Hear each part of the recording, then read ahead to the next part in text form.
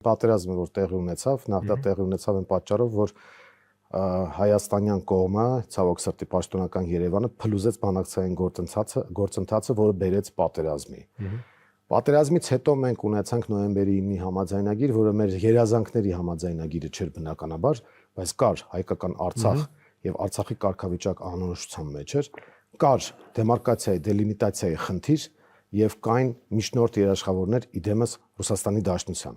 Հայկական կողմը ամեն ինչ արեց, որպեսզի դուրս մղի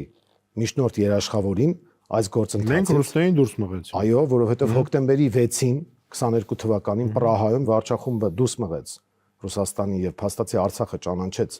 Ադրբեջանի կազում, որովհետեւ գործող իշխանության պարագլուխը ներքին վախ ունի Ռուսաստանյան իշխանություններից, շատ լավ հասկանալով թե ինչ վնաս է տվել ոչ միայն Հայաստանին, այլ նաեւ Ռուսաստանի աշխարհաքաղաքական շահերին, եւ ինքը որոշում կայացրեց հատկապես ուկրաինական պատերազմի ֆոնին, որ Ռուսաստանը պարտվելու է, որ արևմուտքը հաղթելու է, ինքը անցնելու է արևմուտքի կողմը, արևմուտքը դրեց խնդիր, որ դու պետք է կողմնորոշվես, Վրաստանը ասեց ես մանրադրամ չեմ դառնալու, ինքը որոշեց, որ անցնելու է հակառուսական բլոկի մեջ,